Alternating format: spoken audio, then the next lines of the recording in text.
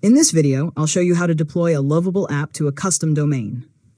First, sign into your Lovable account and open the project you want to publish. Make sure your app has been tested and is working correctly before connecting a custom domain. Next, click Publish to deploy your project if you haven't already. Once the deployment is complete, open your project settings and go to the Domains or Custom Domain section.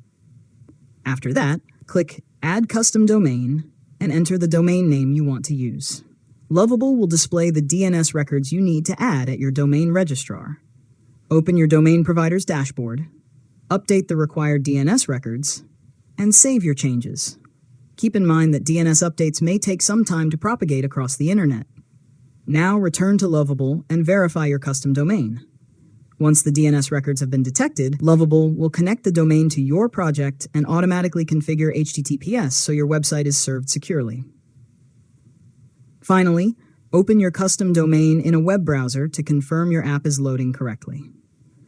Continue using the same domain for future deployments, and any new changes you publish will automatically be reflected on your live website.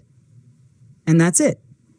You've successfully learned how to deploy a Lovable app to a custom domain. If you found this tutorial helpful, make sure to subscribe to Learn Mode Lab for more tutorials.